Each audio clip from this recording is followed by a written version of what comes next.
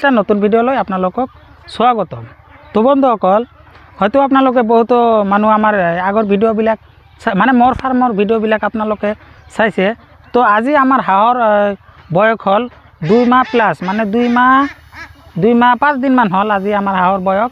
তো 2 মাহ 5 দিন বয়সত এখেতক আমি মেনেজমেণ্ট কেনেকৈ কৰি আছোঁ, দানা পানী কেনেকৈ খুৱাই আছোঁ, আৰু বেমাৰ আজাৰ ইয়াৰ মাজত, ইয়াৰ আগত যে ভিডিঅ' দিছিলোঁ সেই ভিডিঅ'ৰ পৰা আজিলৈকে ইয়াৰ মাজত বেমাৰ আজাৰনো কি হ'ল এই বিষয়ে আপোনালোকৰ লগত আলোচনা কৰিম। তো বন্ধুসকল, আহক বেছি দেৰি নকৰি মূল বিষয়লৈ আগবাঢ়োঁ। তো বন্ধুসকল, এতিয়া আমাৰ হাঁহৰ বয়স হ'ল 65 দিন, মানে 2 মাহ 5 দিন। তো 2 মাহ 5 দিনত এখেতক আমি কি কৰি আছোঁ, দিনত দানা পানী 2 বাৰকৈ দি আছোঁ। আৰু 2 বাৰকৈ দানা পানী দি আছোঁ যে আমি ৰাতিপুৱা 7টামান বজাত এবাৰ দানা পানী দিওঁ, আৰু গধূলি 4টা-5টামান বজাত এবাৰ দানা পানী দিওঁ। তেখেতক ঘৰলৈ আমি উঠাই লওঁ। আৰু আমি এতিয়া আমাৰ এই হাঁহবিলাকক এতিয়ালৈকে একো বেমাৰ আজাৰ হোৱা নাই, বা আমি একো মেডিচিন ইউজ কৰা নাই। মেডিচিন ইউজ কৰিলেতো আপোনালোকক আমি দেখালোঁ হয়, কিন্তু মই এতিয়ালৈকে মেডিচিন ইউজ নকৰোঁ। মেডিচিন ইউজ নকৰাকৈ মোৰ হাঁহবিলাকৰ মেনেজমেণ্টটো ভাল কৰি আছোঁ, সেইকাৰণে এতিয়ালৈকে কোনো বেমাৰ আজাৰ হোৱা নাই। আৰু আপোনালোকে যদি নতুনকৈ ফাৰ্ম ষ্টাৰ্ট কৰিব খোজে, তেনেহ'লে আপোনালোকে এইটো চিন্তা বাদ দিব যে মোৰ ফাৰ্ম কৰিলে বোধহয় নহ'ব নেকি। কিয় নহ'ব? মই যদি পাৰোঁ, মোৰ নিচিনা এজন হেণ্ডিকেপ ল'ৰাই যদি ফাৰ্ম কৰিব পাৰে, তেনেহ'লে আপোনালোকে কিয় নোৱাৰে? আপোনালোকে চাই আছে, আমি একেবাৰে গ্ৰামৰ মাজত, গ্ৰাম অঞ্চলত আমি আমাৰ ফাৰ্মটো চলাই আছোঁ। আৰু আমাৰ ফাৰ্মৰ চাৰিওফালে, মানে আমি টাউনত বসবাস নকৰোঁ, আমি গ্ৰামত বসবাস কৰোঁ। আমাৰ ইয়াত যথেষ্ট হাঁহ পালনৰ বাবে উপযোগী জাগা আছে, সেইকাৰণে আমি মুৰ্গীতকৈ হাঁহটো বেছিকৈ পোহোঁ। আৰু যদি কোনোবাই ওখ ঠাইত থাকে, তাৰ যদি ফিচাৰী আছে, তাইও হাঁহ পুহিব পাৰে। আৰু আপোনালোকে যদি কয় যে মই হাঁহ পালন কৰিব খুজি আছোঁ কিন্তু মোৰ সেনেকুৱা জাগা নাই, মোলৈ ফোন কৰিব, আমাৰ হোৱাটছআপ নাম্বাৰ দিয়া থাকিব, হোৱাটছআপ কৰিব পাৰে। আপোনালোকে কেনেকৈ পুহিব, মোৰ ন্যূনতম জ্ঞানত যিখিনি আইডিয়া আছে আপোনালোকক দিবলৈ চেষ্টা কৰিম।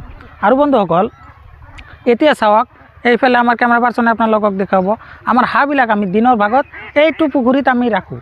আমাৰ ঘৰতে 2টা ফাৰ্ম হয়, ইয়াতে এটা আছে আৰু এটা আছে আমাৰ ঘৰৰ, এইটো হ'ল ঘৰৰ পশ্চিম ফালে, আৰু এটা আছে আমাৰ ঘৰৰ পূব ফালে।